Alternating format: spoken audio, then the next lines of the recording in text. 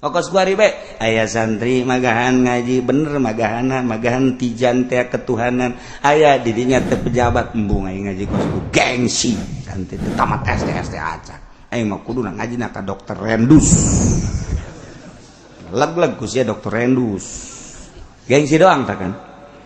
Bupati kita ngaji kemana ngajinya iya tuh kan berbagai kalangan ada kelas dong masa Bupati harus ngaji ke anak SD ingusan itu kami mau profesor ngaji doktor bila perlu keluar negeri kami mau ngaji nah itu ngaji kos gitu teman lain ngaji ecek nama kos gitu leg-leg ku sia Bupati ecek kayak di akhirat tidak ngaji di dunia deleken ya hiji-hiji na orang kita ngaji talabul ilmi fardhatun ala kulli muslimin wa muslimat je utlubul ilma minal mahdi ilal lahdi hayuh sia geura sibukeun urusan dunia datang ka teu ngaji dihimpit ku bumi jager ye emang nanaonan aing mah sekadar ngajak doang tidak katolos los sia profesor ajian sia nah hiji sia di neraka jeung profesor cak profesor teh beuh ka aing nganggap kos kitu atuh aing mah nganggap kitu ja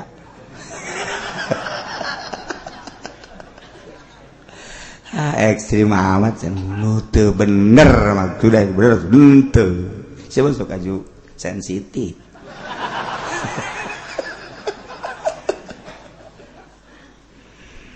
emang bener hudbat tilok bohong aja ieu geus kieu kumaha urang tuturkeun bae hud gengsi boh kajen paeh daripada nuturkeun hud yeay eta mah sarua jeung jelema susah aju guguru kajen teuing hese sakarat kajen teuing hese sakarat asal urang ulah mararat je urusan disiksa di akhirat eta mah kumaha engke urang kaparatna bae tolol teh bahasa geus tadi urang jegik bae ngebedul ngaorang ngemonyet urusan sakarat lah itu mah terakhir eta nganggap enteng goblok bener bae pan nu ngabedul sakaratna hese jasa nu ngamonyet kitu kene dibukti-bukti eta mah sakadar dunia nah ye ge diaman teh gunjang ganjing ceramah pemimpinna kumaha ieu urang geus kieu lantaran Nabi Hud dengan nabi kan nama si Hud anu ngaku nabi ngaku rasul ku ari geus berangkat ka Mekah berikut jeung penganut-penganutna tinggal urang ayeuna di dieu kumaha tindakan urang ja urang ge saperti sabenerna mah hate leutik mah percaya ka hutengan gengsi doang gengsi ku kabeungharan gengsi ku kagagahan gengsi ku jabatan lantaran urang gengsi aju teu iman ka nyana padahal mun diperhatikeun bener jasa ti awal ge omongan-omongan nyana nah ieu urang kumaha ieu kumaha ieu keur mujuna unggal poe rapat urusan kos kitu bae aya awewe lulumpatan tok naon lulumpatan angin di ditu geus aya angin susah aja macem-macem bae angin ngagedebur-gedebur di ditu tuh bobeak tuntung itu kula ge datang ka dieu lumpat teh maksudna beusi kena angin gede jasa awewe lumpat deui ka ditu ngabejaan aya angin gede tewak cek gela teh bugo angin naon segala angin segala tewak ngacaukeun dunia sia bangsa jadi kacau ayeuna sia tewak sia awewe angin cakna angin mana angin itu di luhur mana jante sakredeung deui bener kabelah dieu na war jijaheunya angin ieu angin wah angin coba kumaha urang geus kieu saudara-saudara sekalian untuk menyelamatkan diri mari kita masuk ke rumah masing-masing asup ka imah dan dikunci supaya angin tidak masuk belum teh coba asup ka imah bro karoncian ku nyana mulai angin kadenge nyana ngintip anginna hideung anginna berupa hideung sebab di luhur lagi hideung eta bareng jeung anu diutus 70 ti Mekah teh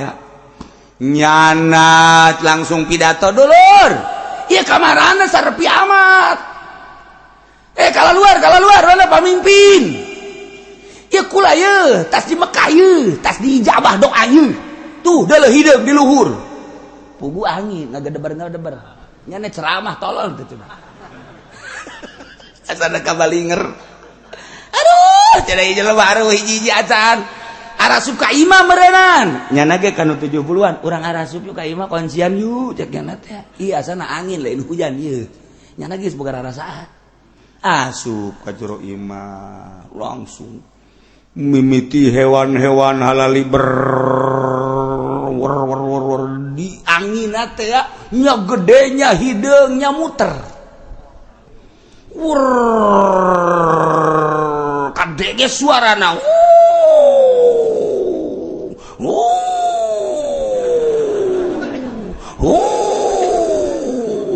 tama kieu lain angin panggal geus kumasia bae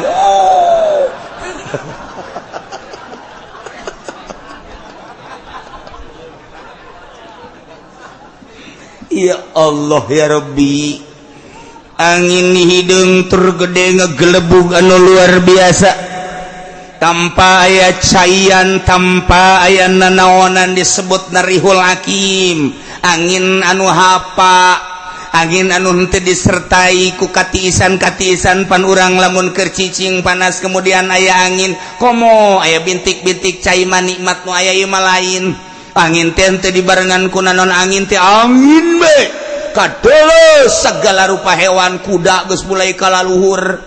termasuk onta geus puguh bangsa hewan-hewan nu laleutik memulai kuari kacabutan tatangkalan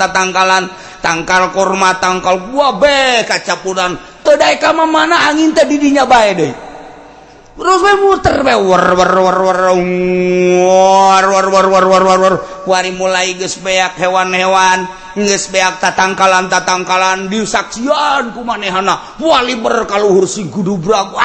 kuari imah oyag-oyagan gojreg nyana kan sieun rubuh salah ieu kanyana-cenanya di jero salah keluar salah ieu kudu kumaha ieu lantaran imah oyag-oyagan kan nyana sieun ka imah keluar nyana sieun di jero nyana sieun tetep berpikiran mendingan keluar wala luar kabehan imah oyag-oyagan ngaranna ge siksa henteu gegeraan kieu berbabareng henteu terus bae engke leutik angin teh kabeh aya bae war tah jak diana eueuh tah angin tah kuari mah mulai ngagedean deui ngagedean oi angin gede teu kudu woi ya kabehan nyahoeun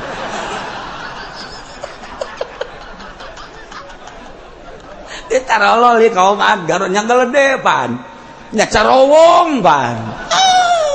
atuh geus bae pokona mah sing jeroak sing derengek langsung ka babawa anu puluntang pelanting pulang keeureun deui angin rada leutik jana ngap-ngapan deui terus angin dibalikeun ku Gusti Allah nu tadina ngatuhu kuari ngenca woi tibalik angin woi wah siksa anu luar biasa geus kuari ka imah sing golotak buah kacabut ka bawah ka luhur langsung ka bawah ka luhur begitu dibalikeun angin kuari imah ka bawah ka luhur raga gahandap ka gudubrak ajur termasuk jelema-jelema sing pasolengkrah ilah siksa Allah subhanahu wa ta'ala masya Allah mantap فأنجيناه والذين معه برحمة منا وقطعنا دابر الذين كذبوا بآياتنا وما كانوا مؤمنين Panjainahu maka kaulan wagung cek Gusti Allah nyalametkeun ka Kangjeng Nabi Hud walladzina ma'ahu jeung pengikut-pengikutna minal mu'minin anu berjumlah cakaul mangan sakadar 70-an bi rahmatin minna dengan dedekanya kaula diberangkatkeun Kangjeng Nabi Hud beserta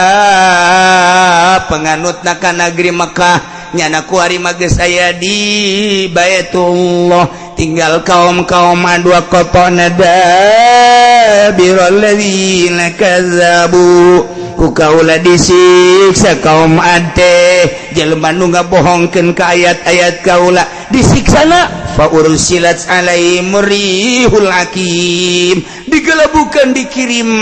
ka kaum ad angin anu hapa tanpa aya cai-caian angin teh angin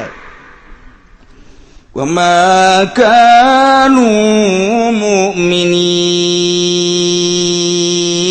ku boloon-boloonna disiksanya na teh teu iman ka Allah teu iman ka Kangjeng Nabi Hud alaihi salam beak kabeh siksa ge sing pasolengkrah kuari tangkal kayu hewan imah gunung batu-batu jelema-jelema dakwah ka unggal kampung ka setiap penjuru tetap kaum Kangjeng Nabi Hud di Ahqaf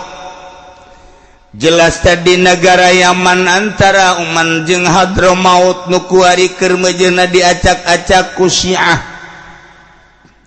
tetap bae menyangkal kaum teka Kangjeng Nabi Hud alaihi salam sehingga diperingati ku Kangjeng Nabi Hud wahai kaum maneh teh diciptakeun ku Gusti Allah teh beda jeung batur lantaran dibere kagagahan jeung kakuatan jangkung 40 meter geus puguh gedena luar biasa batu bisa diangkatan tangkal kayu bisa dicabutan ka laut bisa oyok-oyokan maneh teh lain heureuyan ieu teh nikmati Gusti Allah cik atuh pake ibadah ka Gusti Allah iman atuh anjeun teh ka Gusti Allah sebagai pencipta hei fadhkuru ala Allahi la'allakum tuflihun sing areling atuh maraneh kabeh sing aringet kana nikmat-nikmat pamereti Gusti Allah abeh maneh bahagia iman atuh ka Gusti Allah percaya cing atuh ka kaula bahwa kula teh sebagai utusan Allah dilelewe ku kaum ad ajitana linabudallaha wahdah wa nazara ma kana ya'budu abana duh sia mah eureun-eureun asal hudang beus sia mah dakwah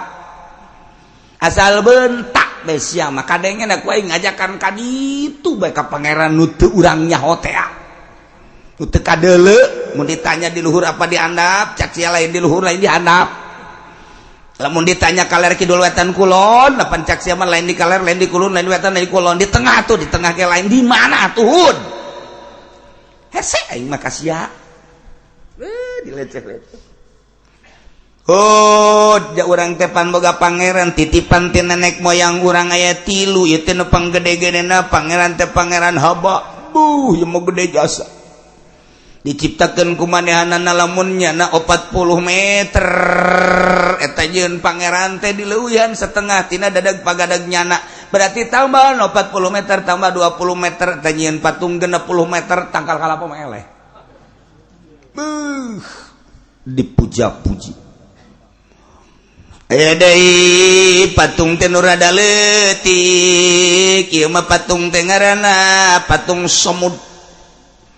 rada letikan jeung rada handapan ti eta aya deui patung Soda eta mah handap jasa bahkan nyana nyieun patung nu sok dibabawa ku nyana di kantongan bila perlu ku nyana engke dikaluarkeun aju disembah-sembah di kantongan deui kadang-kadang dibawa ngising teh pangeran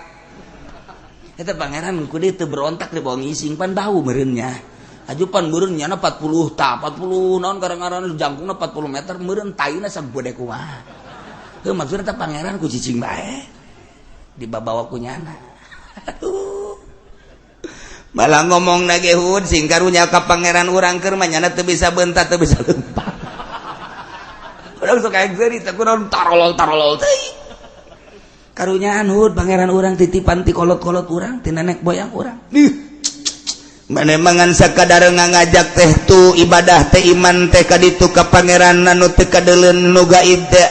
maneh teh datang ka kami kabehan teh hanya ngajakan ka Allah nauhidkeun ka Allah haju nita ninggalkeun pangeran-pangeran titipan ti bapa moyang urang lah kieu bae hud geus atuh ayeuna mah maneh sok jung jajangji jacak maneh teh akan lamun teu iman ka Allah teu iman ka kaula bakal diturunan siksa hud kieu bae ku ari mah fatina biba ta'iduna in kunta minas shadiqin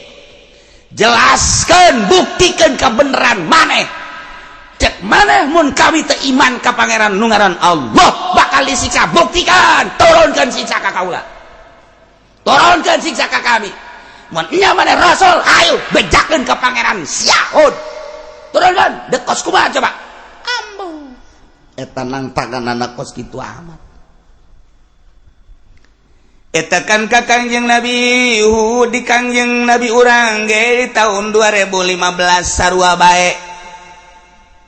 sakumaha nu diucapkeun ku Syekh Tuan Abdul Qadir Al Jailani dina kitab Fathur Rabbani cek manehanana anta tada'il Islam wal iman ente teh ngaku Islam ngaku iman tetapi ente ngucap ka maqalahul kufar sakumaha ucapan kufar bae mun ditanya mah Islam agamana mun ditanya mah iman percaya ka Allah tapi ari ucapan kos jelema kafir bae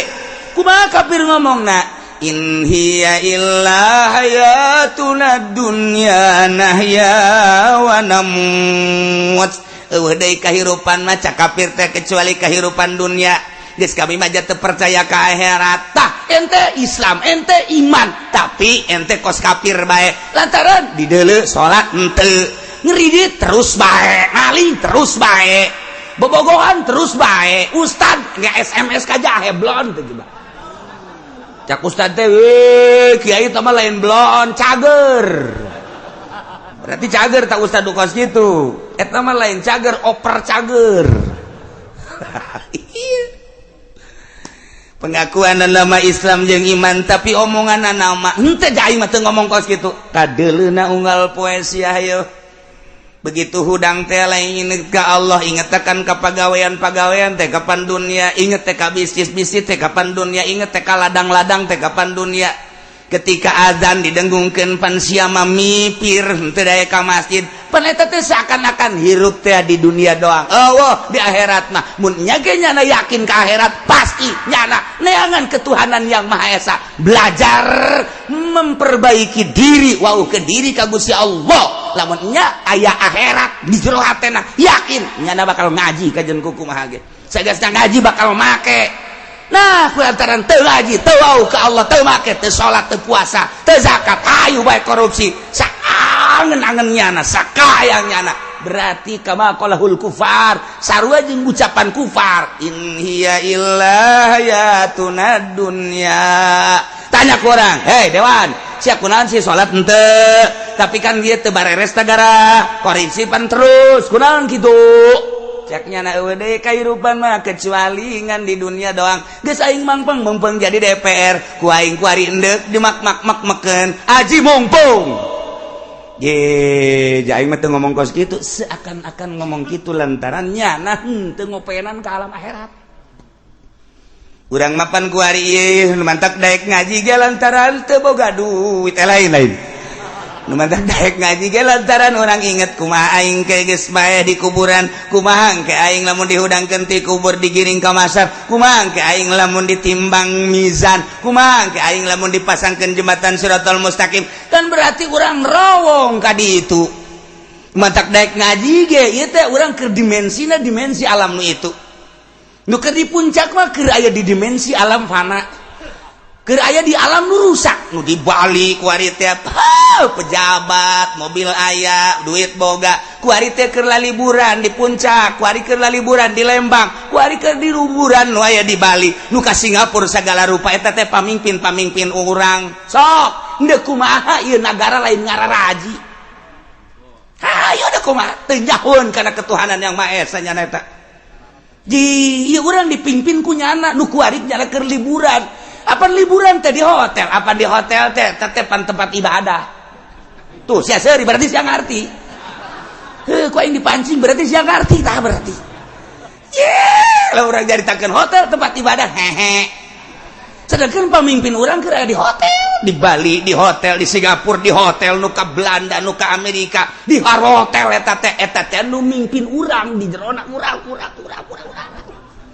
Hayang gerak kabayang bener aja. Ayo urang dipimpin kuno kos kitu senang teu. Eta teh teu ngarti kana ketuhanan yang Maha Esa.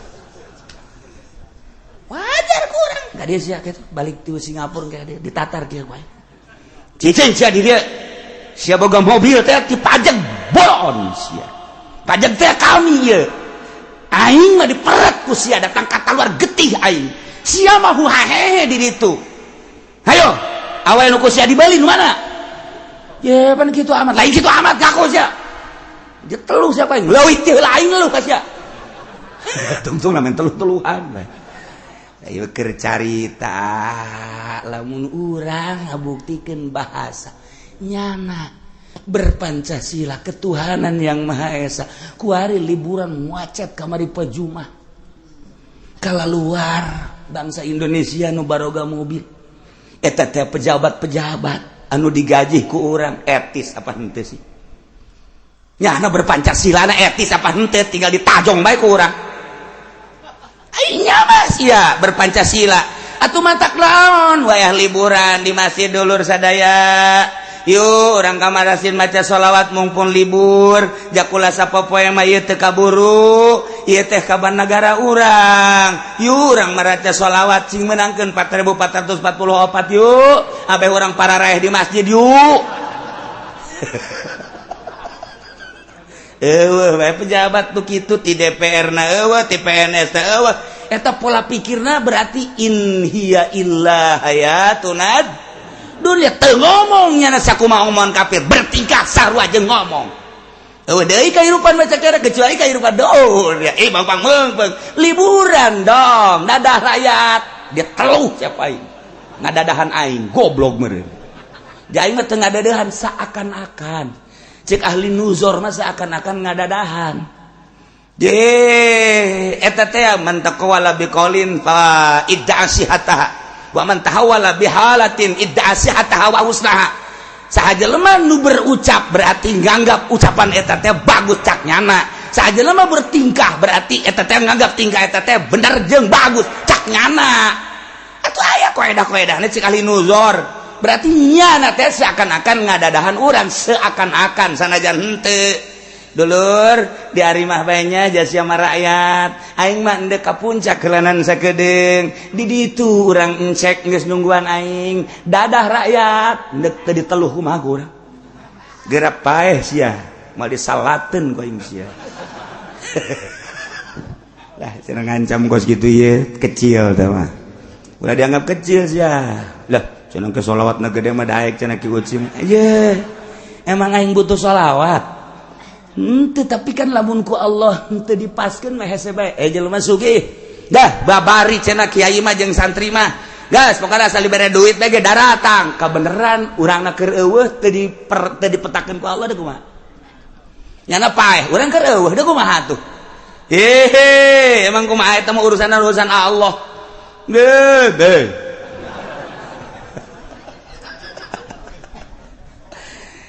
iya maksudnya lain orang sadarkan diri mumpung orang diberi umur ku Gusti Allah subhanahu wa ta'ala ulah cara ucapan para kafirin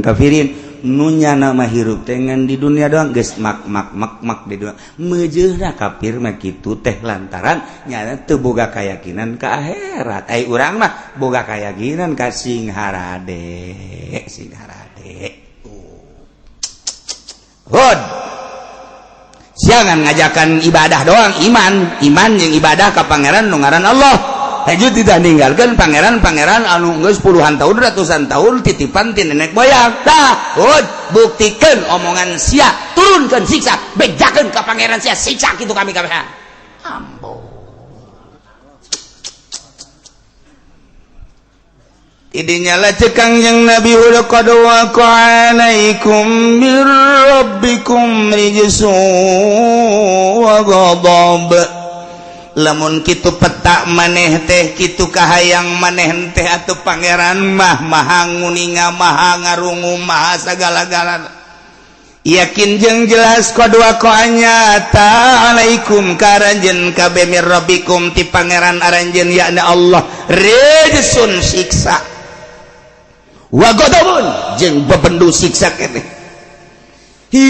Sakadar kula ngajak iman ka Allah ngajak ibadah ka Allah atuh jadi lunani fi asma'in samaitumuha anata anjeun maduan ka kaula ngabenduan ka kaula merangan ka kaula dina urusan-urusan ngaran-ngaran nu kumaha disebut yakni patung-patung anu tilu teh tadi anjeun jeung bapa anjeun teh ngabogaan patung eta mah kapal teu perlah diturunkeun ku Gusti Allah ti tangga ibadahan sugan aya hiji ayat ti tangga ibadahan haba sugan titah aya hiji perintah titah ngaibadahan si asmud sugan si somod teman si sodaja teu aya ti dituna tama buatan-buatan nenek moyang anu kabalinger ma anzalallahu biha min sultan wa hujah wa dalil titah eta geus kieu mah kajen ku kumaha ge maneh hayang disiksa cek Kangjeng Nabi Hud fantaziru tungguan ini ma'akum minal muntazirin kula ngadaguan ti Gusti Allah hayo coba aya nyagakeun sadaya-dayana Gusti Allah dibere paila teu hujan-hujan sabulan 2 bulan 3 bulan 6 bulan teu hujan geus sing bulaeh masyarakat mulai 7 bulan 1 tahun teu hujan embe onta kuda himar geus mulai hererese nginum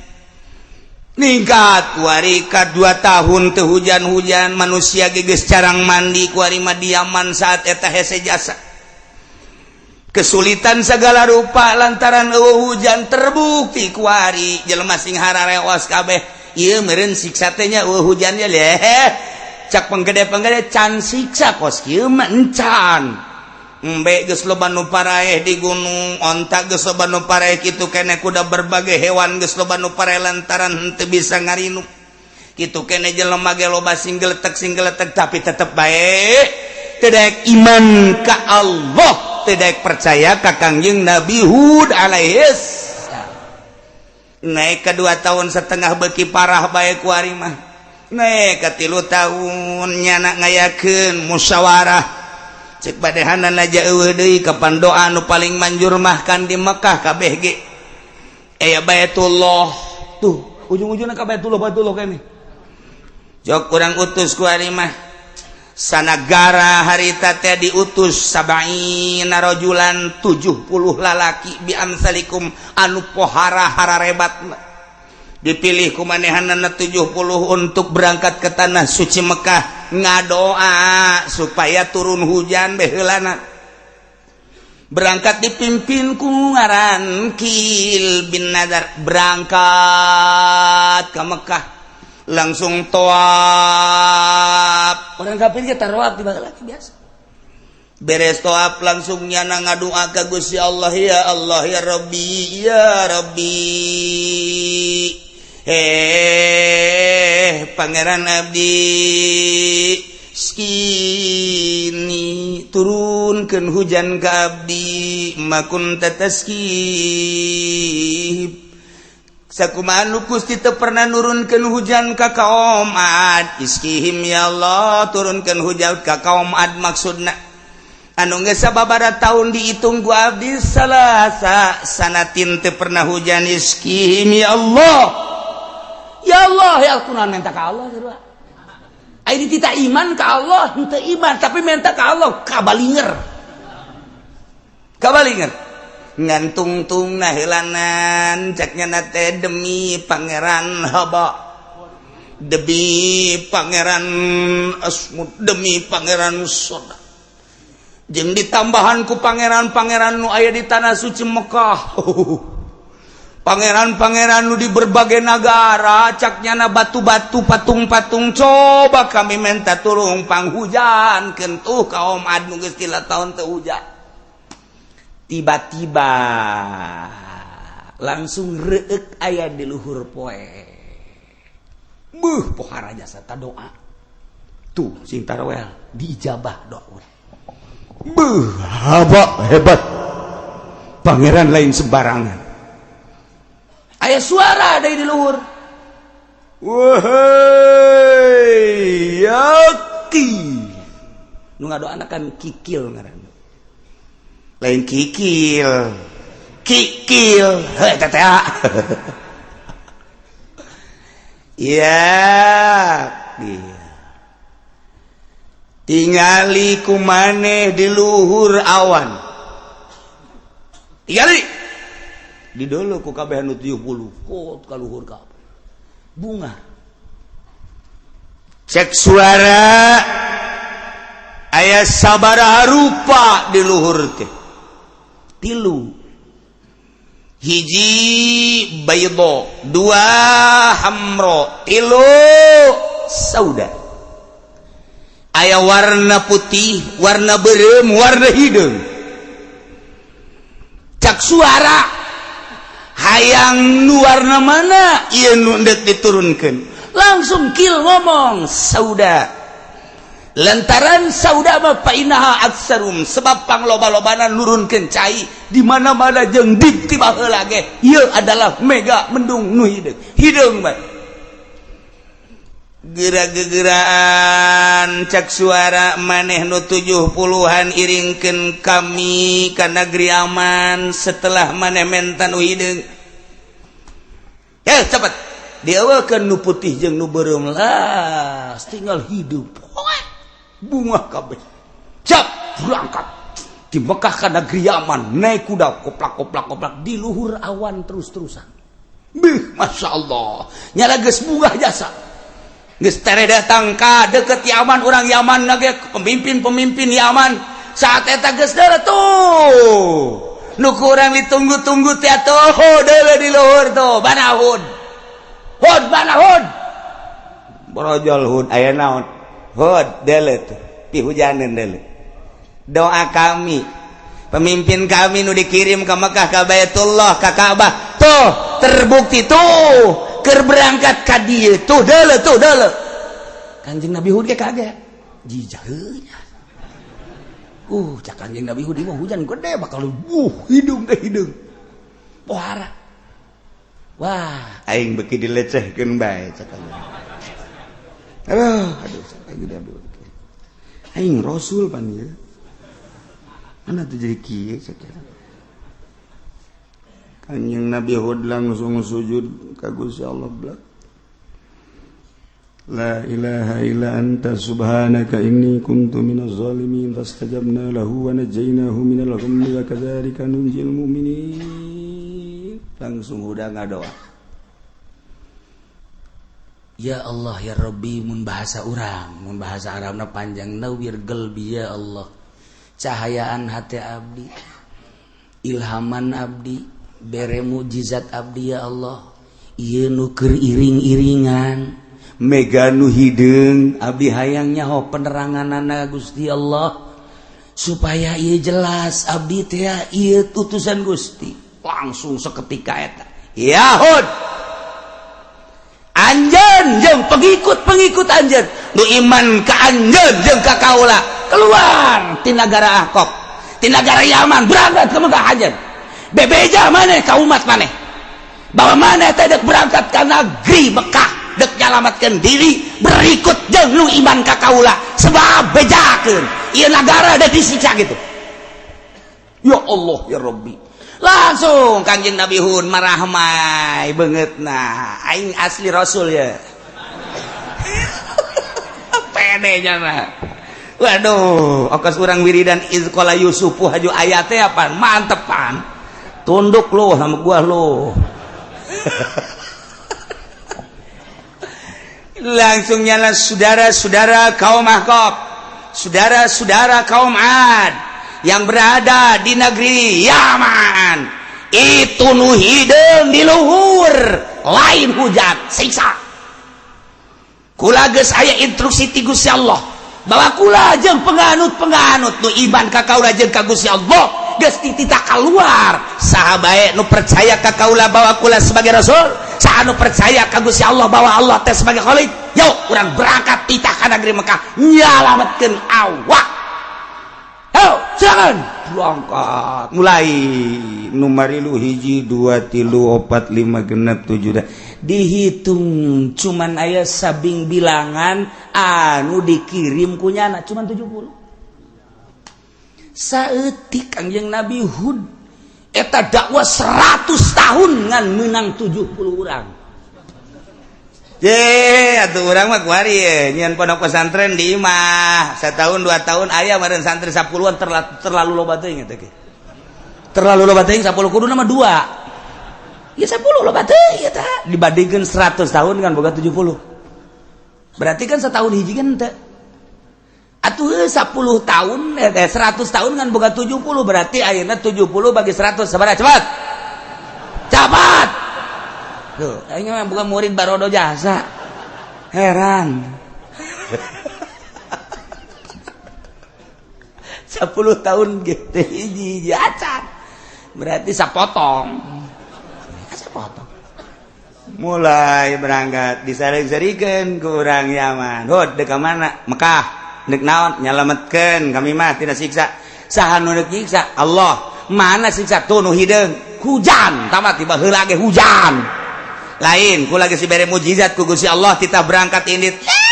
ti kamari Allah ayo datangkeun hujan datangkeun siksa bedakeun ka Allah sakedeuk deui mulai berangkat Kanjeng Nabi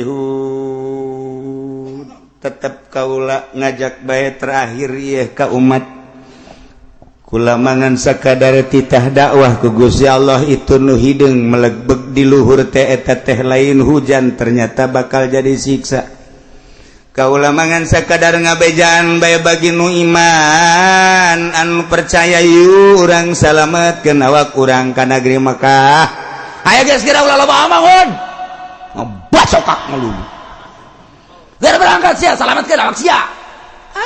kira-kira berangkat Kangjeng Nabi Hud beserta kaumna 70 tinggal kaum didinya sing harewas sebenarnya orangnya sieun nya jauh dilok ngabohong sebenarnya urang sebenarnya gengsi doang ngarobrol gengsi doang sebenarnya orangnya tuh percayanya na Rasul ngan gengsi kan urang mau kan bobangsawan kan urang sebab ari Kangjeng Nabi Hud mah diutus ku Gusti Allah min ausatihim nasabau wa hasaba tina tahap pertengahan henteu terlalu luhur turunana non kebangsawanana henteu terlalu handap ausatihim nasabau wa hasaba ditinjau tina segalana penuh kesederhanaan Kangjeng Nabi Hud maka gengsi deuk iman ka Kangjeng Nabi Hud okos kuari bae aya santri magahan ngaji bener magahan tijan teh ketuhanan aya didinya teh pejabat embung aing ngaji kos itu gengsi santri teh tamat SD acan aing mah kuduna ngajina ka dokter Rendus leg-leg ku sia dokter Rendus gengsi doang tak kan Bupati kita ngaji kemana ngajinya iya tuh kan berbagai kalangan ada kelas dong masa Bupati harus ngaji ke anak SD ingusan itu kami mau profesor ngaji doktor bila perlu keluar negeri kami mau ngaji itu ngaji kos gitu nggak tahu mah ngaji ecek kos gitu leg sia Bupati ecek kayak di akhirat tidak ngaji di dunia deleken ya hiji na orang titah ngaji talabul ilmi fardhatun ala kulli muslimin wa muslimat je utlubul ilma minal mahdi ilal lahdi hayuh sia geura sibukeun urusan dunia datang ka teu ngaji dihimpit ku bumi jager ye emang nanaonan aing mah sakadar ngajak doang tidak atuh los los sia profesor ajian sia nah hiji sia di neraka jeung profesor cak profesor teh beuh ka aing nganggap kos kitu atuh aing mah nganggap kitu ja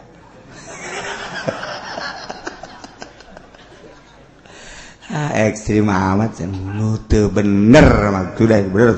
teu siapa suka ju sensitif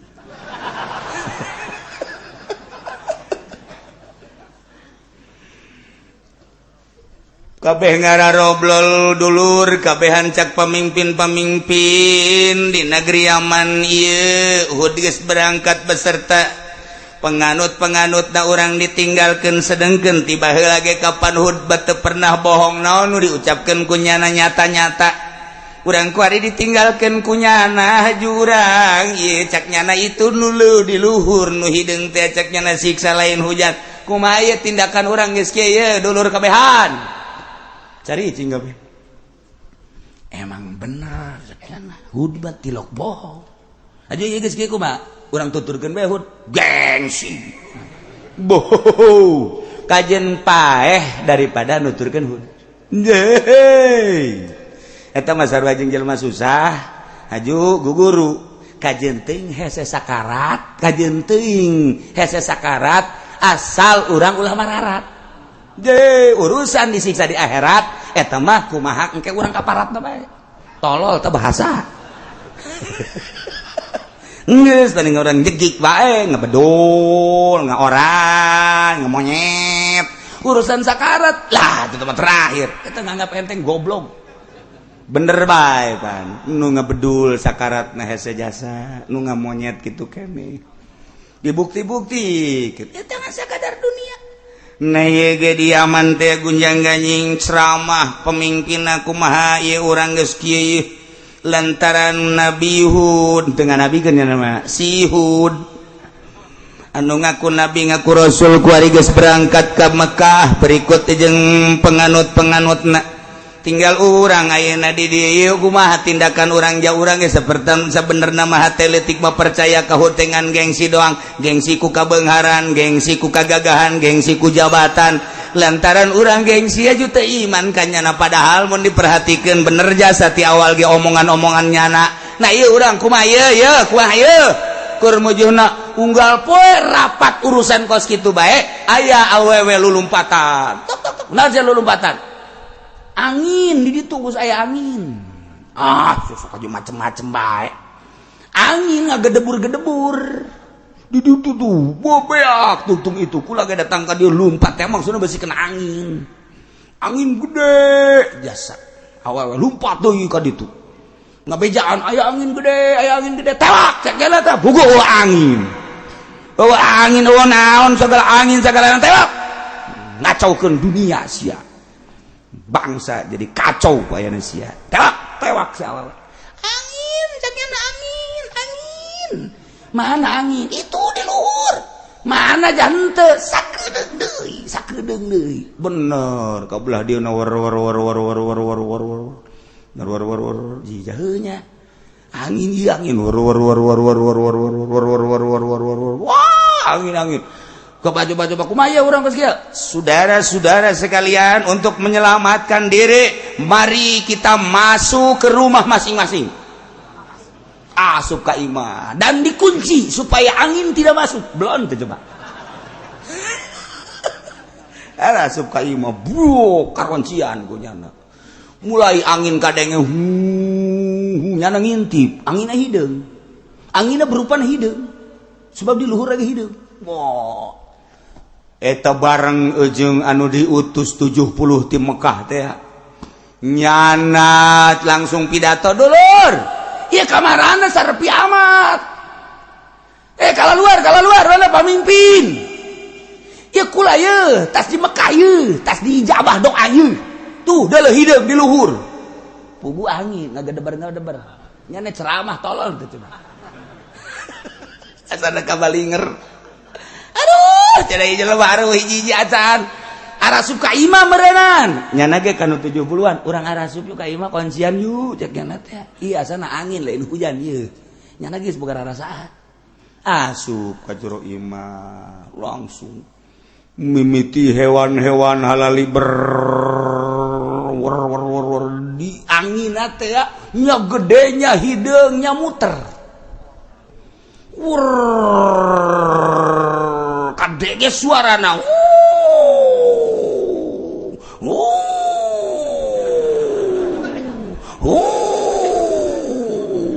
Kiai lain angin panggal geus kumaha bae.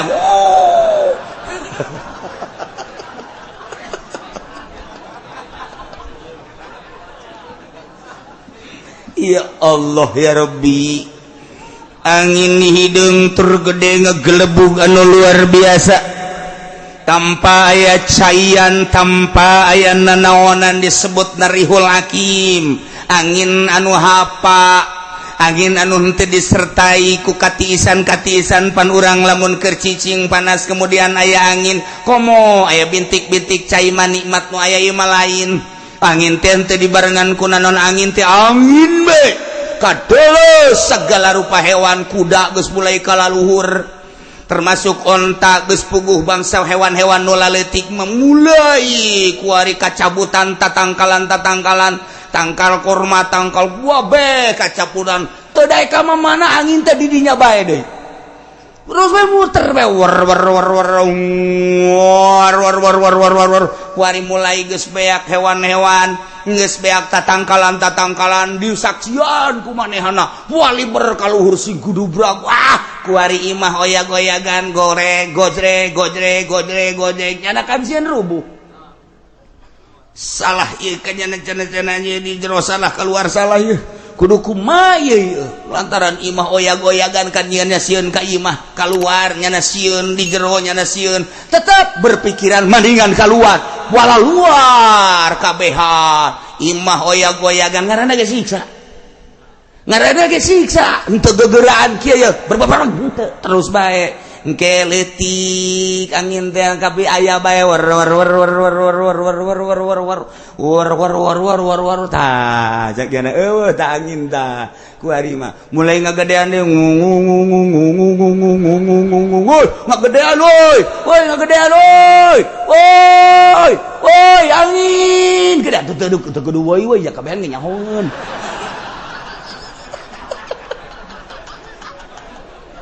ditarolol kaum agar nya geledepan nya carowong pan atuh geus bae pokona mah sing jeroak sing derengek langsung kababawa anu puluntang palanting pulang keeureun deui angin rada leutik jana ngap-ngapan deui terus angin dibalikeun ku Gusti Allah nu tadina ngatuhu kuari ngenca woi tibalik angin woi wah siksa anu luar biasa geus kuari ka imah sing golotak buah kacabut ka bawah ka luhur langsung ka bawah ka luhur begitu dibalikeun anginna kuari imah ka bawah ka luhur raga gahandap ka gudubrak ajur termasuk jelema-jelema sing pasolengkrah ilah siksa Allah subhanahu wa ta'ala masya Allah mantap fa'anjaynahu walladzina ma'ahu birahmatin minna wa qata'na dabira alladzina kazzabu biayatina wa ma kanu mu'minin panjainahu maka kaulan wagung cek Gusti Allah nyalametkeun ka Kangjeng Nabi Hud walladzina ma'ahu jeung pengikut-pengikutna minal mu'minin anu berjumlah cakaul mangan sakadar 70-an birahmatin minna dengan dedekanya kaula diberangkatkan Kangjeng Nabi Hud beserta penganutna ka negeri Mekah nyana kuari mages aya di Baitullah tinggal kaum-kaum adua qatana dabirul ladzina kazzabu ku kaula disiksa kaum ante jelema nu ngabohongkeun ka ayat-ayat kaula disiksana fa ursilat alaihim rihul hakim digelebukan dikirim ka kaum Ad angin anu hapa tanpa aya cai-caian angin teh angin wa ma kanu mu'minin ku boloon-boloonna disiksanya nate teu iman ka Allah, teu iman ka Kangjeng Nabi Hud alaihis salam. Beak kabeh siksa gesing pasolengkrah kuari tangkal kayu hewan imah gunung batu-batu jelema-jelema sapoe dua poe eueuh nu hirup hiji-hiji aja, 3 poe mulai ka ambebau, 4 poe mulai lain lalagaan bau teu bau jasa, datang ka 7 poe ambalaya bau na pohara, maka Allah ngutus manuk diciptakeun ku Gusti Allah manuk anu gedena kira-kira bangsa sameter gedena panjangna manuk. Turun manuk tersebut ribuan manuk Allah nyiptakeun nu mawaan bangke ka laut, anu nyatuan bangke nu mawaan dan lain sebagainya. Ialah tentara Allah subhanahu wa ta'ala. Ketika Allah menghendaki mengirodat kabeh jadi tentara Allah, angin tentara Allah, kutu jadi tentara Allah, berit jadi tentara Allah, lalai jadi tentara Allah, simet jadi tentara Allah, bangkong jadi tentara Allah, manuk jadi tentara Allah. Jakabeh ge nu Allah nyanggakeun sadaya-daya ka Gusti Allah. Dek nyiksa Allah, dek nyiksa kaumna gampangkeun Allah mah teu kudu ku urang Amerika, teu kudu ku urang Inggris, teu kudu ku urang Belanda. Dek disiksa mah disiksa babari Allah, berit, bangkong babarian Allah mah. Asal teu iman ka Gusti Allah, kaum nu baheula langsung disiksa. Di umat urang mah, umat Kangjeng Nabi Muhammad sallallahu alaihi wasallam teu gegeraan disiksa. Ialah keuntungan urang hirup jadi umat Kangjeng Nabi Muhammad sallallahu alaihi wasallam. Nya siksa teh kelompok-kelompok teh keseluruhan. Urang geus dibuktikan siksa ku Gusti Allah tuh tsunami, tingali tsunami Aceh, tambah deui tsunami Pangandaran, ditambah deui ku berbagai longsor-longsor tuh Padang, tingali tuh Cianjur, tuh Sukabumi, tuh Banten, tambahan deui selain daripada longsor teh angin-angin, gunung Bitu dan lain sebagainya. Eueuh bae anu ngajakan tobat ka Gusti Allah. Sugan aya hiji gubernur anu hajunyana tobat tabarruk ka Gusti Allah, cerik haju ngajak umatna teu kadenge. Sugan aya bupati anu ngajak tobat ka Gusti Allah teu ngadenge. Sugan aya menteri atuh anu ngajak tobat, dirina tobat haju ngajakan tobat ka masyarakat teu ngadenge. Sugan presiden atuh eueuh berarti geus bener-bener nyana geus teu nyahoeun kana ketuhanan yang Maha Esa. Boloon eta pasang ku sia Garuda tadi dieu tah dilegleg sia ku Garuda pasang mantak naon sih nganasehatan dulur berencem jasa tamun urang boga camat boga bupati. Ieu merupakan siksa ti Gusti Allah lantaran meureunanan urang anu nyieun dosa ka Gusti Allah. Ja urang nanu Allah, taneuh nanu Allah, kok urang teu ngabdi ka Gusti Allah ngan sakadar urang menikmati kahirupan dunia bayu, urang babarengan yu tobat yu. Kula geus unggal peuting ceurik bae lantaran pamajikan galak cak bupati teh. Sia cak masyarakat teh. Yu urang tobat ka Gusti Allah. Eueuh ngadenge kitu. Paling ngajak nyana lantaran bupatina ti Golkar, Kiai Golkar haju ngajakan titah tobat cak masyarakat. Sia bae sih tobat ulah sok ditahan ka kami ye sia gitan becus tobat teu dipercaya.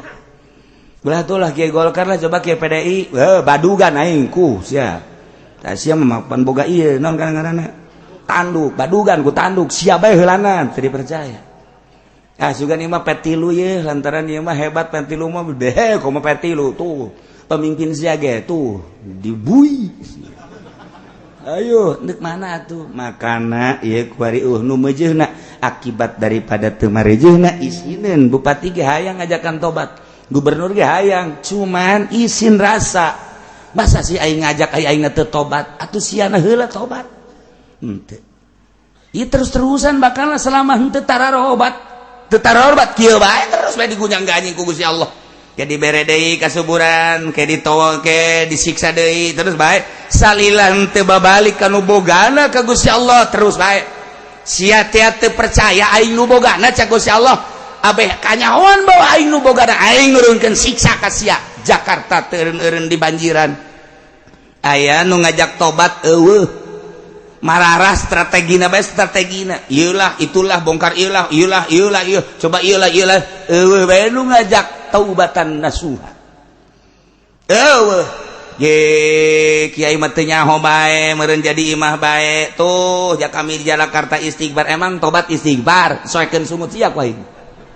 ye atuh aing ge nyaho istighfar mah sapira istighfar emang sapira istighfar mah tobat teh make syarat bego tuh aing haju bego bae pan sia bukan sia ka aing nganggap urang lembur ye udah sok macem-macem sia ka aing sangat juang lembur ge aing mah lembur mana ye lain ca cilongok-cilongokna cilongok mau diberi moal Cikupa Bojong Sepatan ieu mah diliwat tobat lain sakadar istighfar bapak istighfar mah gampang tamakos gitu mah tapi hiji kudu nadam kaduhung dua kaban kudu ikhlas cabutan sarana kemungkaratan tah bar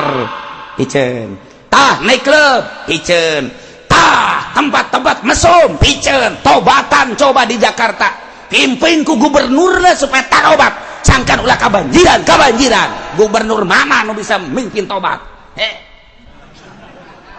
ayo tobat ngaranna salila kieu bae moal bisa ngajen ku kumaha siksa deui banjir deui siksa deui hayo kieu bae terus ge lantaran teu babalik ka nu bogana balikeun ka nu bogana ayo tobat mantek Kangjeng Nabi Hud mah disalametkeun jeung pengikut ka negeri Mekah geus ngadenge informasi bahwa malaikat Jibril ngabejaan ka Kangjeng Nabi Hud ya Nabi Allah Hud utusan Allah tuh Yaman kaum Ad geus disiksa geus rata ku ari mah ditiup Rihul Hakim munajat Kangjeng Nabi Hud Gusti geus kieu abdi kumaha cek Gusti Allah Hud kuari balik deui ka ditu ka Yaman selesaikeun eta anu berserakan beuh cek Kangjeng Nabi Hud sugan teh geus anggeus tugas horencang Rencana geus bisa ngabayangkeun jelema golede mangkaning pararae haju geus saminggu beuh mana teuing bauna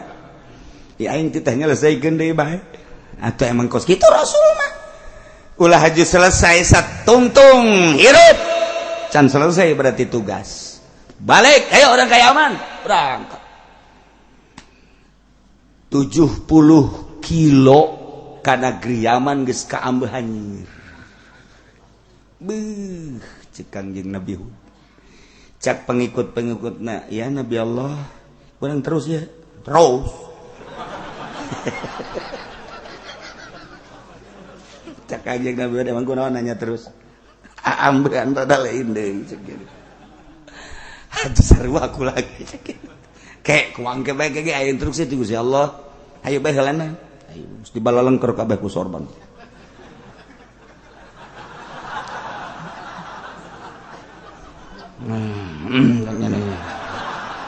teroris ya mah ya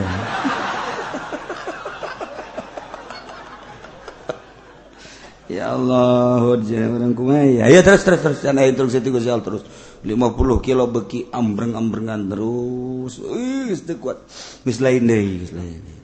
pas sakilo deui pohara bauna Kangjeng Nabi Hud sujud ka Gusti boro-boro titah ngaberesan ieu nahanan irung teu kuat Gusti ieu nyanggakeun ka Gusti mun abdi titah meresan jeung pengikut atuh ambe kudu dikumahakeun di teu kuat malah ieu pengikut manguskuara di bos atupan boro-boro ambek kos gitu ngadenge ngambek kelek haji pendek orang geus gewe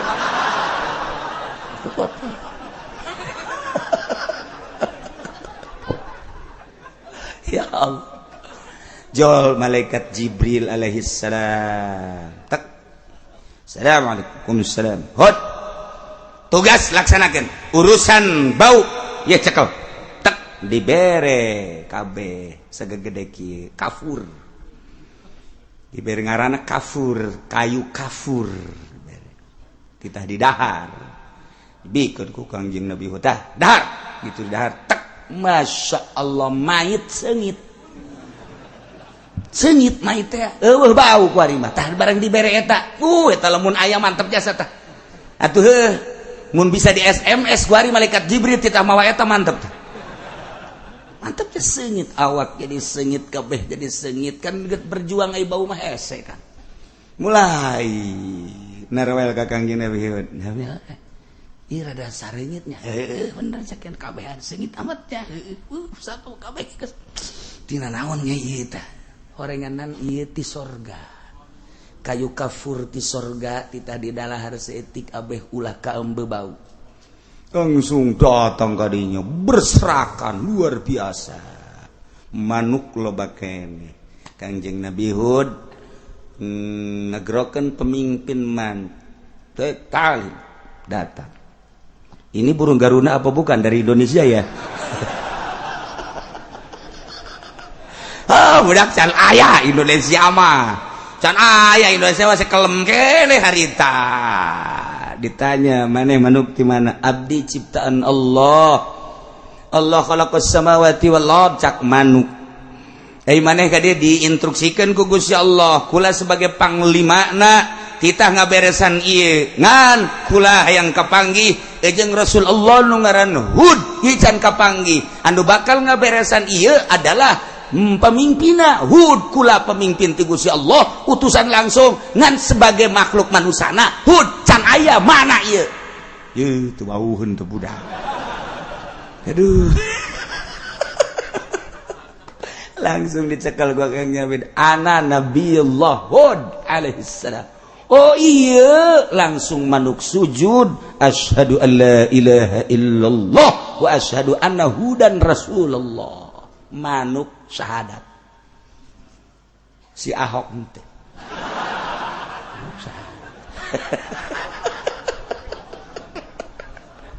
manuk syahadat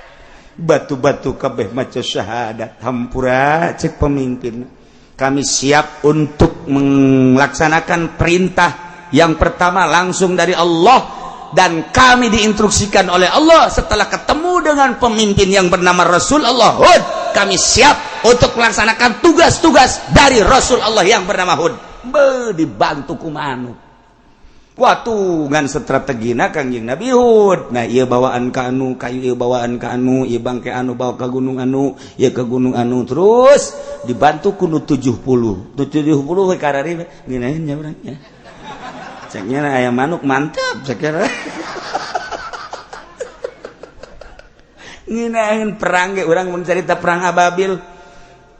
alam tara kaifa fa'ala rabbuka bi ashabil fil alam yaj'al kaidahum fi tadlil wa arsala 'alaihim tayran ababil tarmihim bi hijaratin min sijil faj'alahum ka'asfim makul raja Abroha anu sakitu ganasna luar biasa dek hancurkeun Baitullah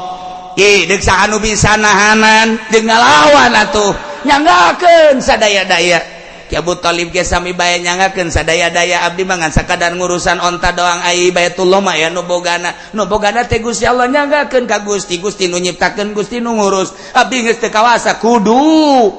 perang jeung Raja Abroha nu sakitu gagahna tenang cak Allah kirim burung ababil tuit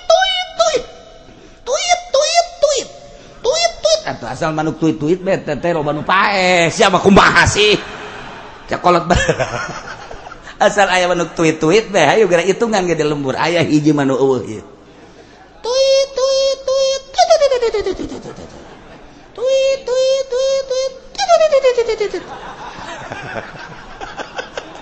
hitungan di lembur we budak sanu muriang kana euy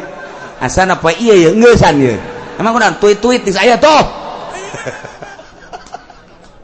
eta kolot baheula mah bisaan bae kunaon salah ku sugan teh mah bener manuk tweet horeng budak make daun cau teh goblok sia tipu sia paengan nu paeh poe ieu horeng sia bisa anta budak make daun cau teh nurutan manuk budak angon bapan bisa eta nah iyalah rapih ku manuk kabeh geus beres kemudian dihujanan ku Gusti Allah rek geus pamitlah manu kami sebagai panglima Allah kami sebagai tentara Allah tugas kami geus selesai maka kami balik ke tempat asal kami cek Kanjeng Nabi Hud di mana kampung Mante coba nomor teleponnya sekarang ente tawa itu berarti aing tawa itu berangkat ke saya dengan penuh hikmat Kanjeng Nabi Hud melepas keberangkatan tentara Allah sekian ribu yang berupa buru berangkat didoakan ku Kanjeng Nabi Hud alaihissalam wallahu alam di mana tempatna manuk tersebut tinggal Kanjeng Nabi Hud dihirup dirinya terus ibadah ka Gusti Allah tentrem jeung tenang teu lila ti sabada eta Kanjeng Nabi Hud langsung didatangan ku malaikat Jibril ti Gusti Allah cek malaikat Jibril ya Nabi Allah Hud alaihissalam geus beres tugas anjeun mamaka anjeun kuari dek dipundut ku Gusti nyanggakeun aya geus beres cek Kanjeng Nabi Hud langsung datang malakal maut cabut nyawana dimakamkeunlah Kanjeng Nabi Hud alaihissalam di Yaman mantak besi aya nu dek milu ziarah ka Yaman siap-siap ngumpulkeun duit 50 juta kabehan direkrut ku Haji Pendi sabaraha puluh atawa ratus ke dibawa ku Haji Pendi duitna hajut teu balik deui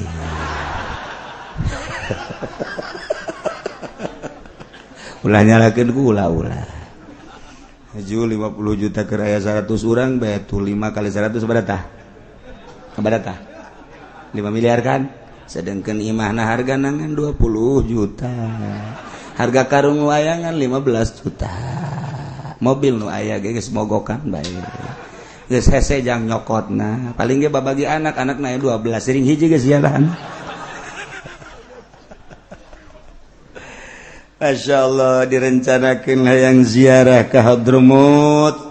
hayang ziarah ke Aden hayang ziarah ke Oman hayang ziarah ke Malika di ditulah tempat para nabi-nabi Allah urang mun nyaritakeun Kanjeng Nabi Hud Yaman urang mun nyaritakeun Kanjeng Nabi Sulaiman Yaman urang mun nyaritakeun engke sababaraha nabi Yaman kuari keur diacak-acak negara Yaman lantaran Sunni nu kaluar terlalu kuat suara Sunnina maka diasupanlah ku Syiah untuk nu pertama seperti gitulah hayang supaya Syiah menguasai eta mangan sakadar awalan kabelah dina muatan-muatan daripada peperangan Ambalaya nyaritakeun minyak lah nyaritakeun logam lah nyaritakeun emas lah nyaritakeun berbagai hasil bumi nalah untuk nu pertama motif peperangan seperti itu padahal Sunni Yaman teh berbeda jeung nu aya di urang rada berbeda saeutik komo kuari geus kebauan ku Wahabi contoh lamun aya Sunni keluaran Yaman ngaharamkeun ngarokok kan geus berbeda Sunni nu aya di Yaman marhaban nu aya di urang dirubah padahal nang wali Sunni nu Yaman turun ka urang aya sababaraha perbedaan aya Sunni kana masalah geus kos anu nu bisa ngaji bae di Indonesia nyana berleha-leha ngaharamkeun ngarokok tinggal dibaca di kitab Fawaidul Makiyah tuh menang saha baca pangmacakeun tanang wali di berbagai kitab-kitab tanang wali ai endek ngajang pribadina mangga bae ngan nyana endek leha-leha di Indonesia ngarobah hukum di Indonesia bakal kalah luar ujianana ulama-ulama wali-wali di Indonesia ulah kenah-kenah nyana Yaman nyana Turki nyana Suriah haju nyana di Indonesia ngalecehkeun bahwa di Indonesia wanu pinter emang kiai pinter aing mah lain aing keur ngomong doang aya di Indonesia nu pinter emang sejarahna kumaha Syekh Nawawi urang mana Jawa Tengah Jampes anu nyarahan Minhajul Abidin anu sampai ayeuna terkenang Sirajut Thalibin urang mana mempersatukan umat se-Indonesia dengan Kiai Haji Hasyim Asy'ari urang mana diakui dunia ulalalaga di Indonesia ngan Indonesia mah mun cicing-cicing we heula cara sireum artinya sireum eta kan cicing we atuh sireum ge ka tincek-tincek teh mah paeh